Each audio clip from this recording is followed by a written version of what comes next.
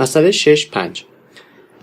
تو این سوال یک تیر با مقطع W 250 ضرب در 44.8 داده شده که با 2 تا ورق از بالا و پایین تقویت شده. ابعاد ورقا رو داده 12 در 175 میلیمتر و گفته که با پیچ هایی که توی شکل ملاحظه میکنید که قطر پیچ ها 18 میلیمتر هست، هر 125 میلیمتر این ورق به این تیر متصل شده.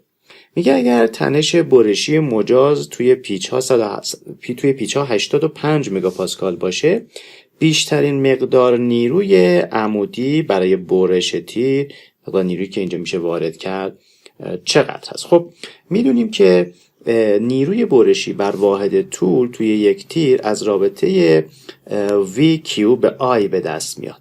VQ به I. خب بریم ترم ها رو برای این رابطه استخراج کنیم و توی این رابطه جایگذاری بکنیم. اول بریم سراغ I. برای I ما یک مقطع W 250 ضرب در 44.8 داریم و 2 تا ورقی که از بالا و پایین این تیر رو تقویت کرده. پس من برای مومان اینرسی می نویسم I. خب مومان اینرسی این مقطع، این تیر با این مقطع 250 ضرب در 44.8 رو میتونیم از جداول پیدا کنیم. 250 ضرب در 44.8 250 ضرب در 44.8 آی هول ایکسش رو من اگر بخوام پیدا بکنم اینجا مقدارش هست 70 ممیز 8 ضرب در 10 به توان 6 بر حسب میلیمتر به توان 4.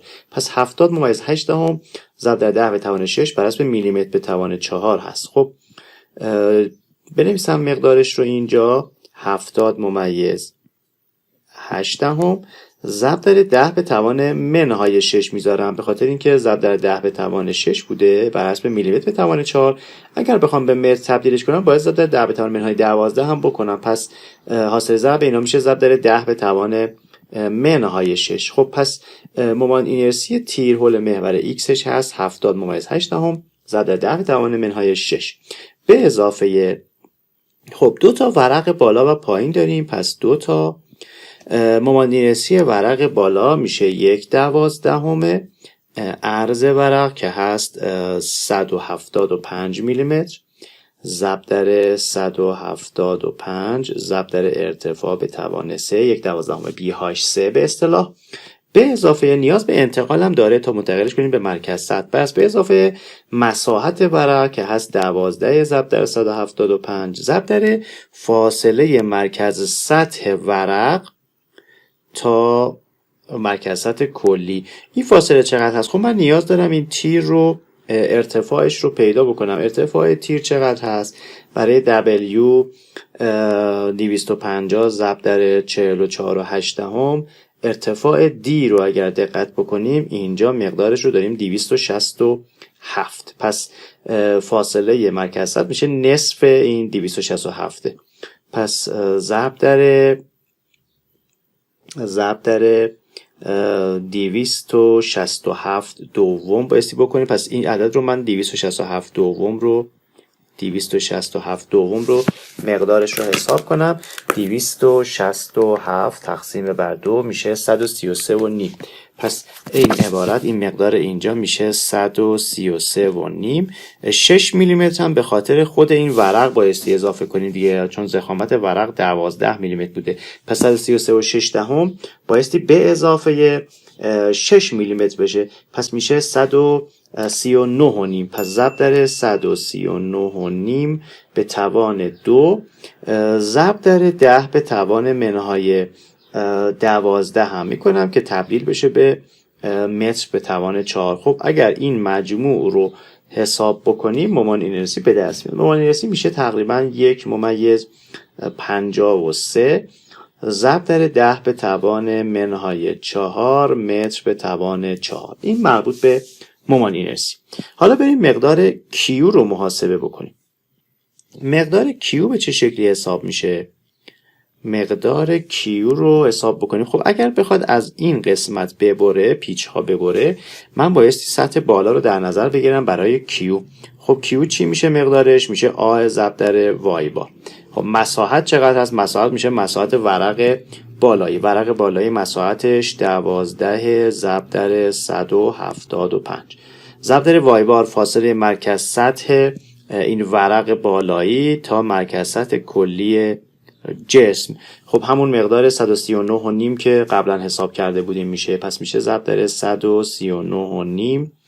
ضرب در 10 به توان منهای 9 هم میکنم برای اینکه تبدیل بشه به متر به توان 3.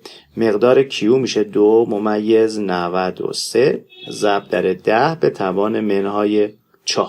این هم مقدار کیو. پس مقدار کیو رو حساب کردیم، مقدار آی رو هم حساب کردیم. حالا بریم مقدار نیروی برشی که این پیچ ها میتونن تحمل کنن بر واحد طول رو پیدا بکنیم. هر پیچی مقدار نیرویی که میتونه تحمل بکنه رو اگر بخوایم حساب بکنیم میتونیم به سادگی از رابطه تau مساوی با نیرو به سطح مقطع حسابش کنیم.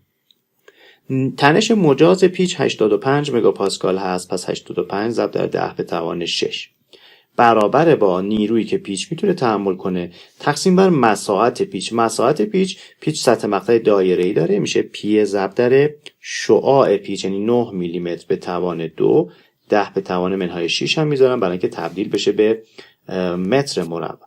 خب مقدار پی برای هر پیچ به دست میاد. مقدار پی مجاز هر پیچ میشود 21.63 21.63 کیلو نیوتن. خب هر پیچی 21.63 کیلو نیوتن تحمل میکنه. خب حالا نیروی برشی در طول، نیروی برشی ضرب در طول در اصل واحد برابر با 2 تا نیروی هر پیچی، چون ما 2 تا هر پیچی 21.63 کیلو نیوتن نیرو تحمل میکنه و ما 2 تا پیچ داریم. پس 2 تا پیچ روی چه طولی اثر میکنن؟ میتونن مقدار کیو رو در طول L که گفته فاصله هر پیچی در طول تیر 125 میلیمتر هست تحمل بکنن. پس میتونیم نیرویی که در طول واحد پیچ، طول واحد تیر تحمل میشه رو به دست بیاریم. خب مقدار کیو میشه چی؟ مقدار کیو یا نیروی تحملی بر واحد طول میشه 2 تا نیروی پیچ، یعنی 2 تا 21.63 کیلو نیوتن تقسیم بر L چقدر هست؟ 125 ضرب در 10 به توان منهای 3 که تبدیل بشه به متر. مقدار کیو به دست میاد 346 ضرب در 10 به توان 3 نیوتن بر متر. این مقدار نیروی برشی در طول تیر هست. خب حالا میتونیم مقادیر رو توی این رابطه اصلی Q برابر با V، Q بزرگ تقسیم بر I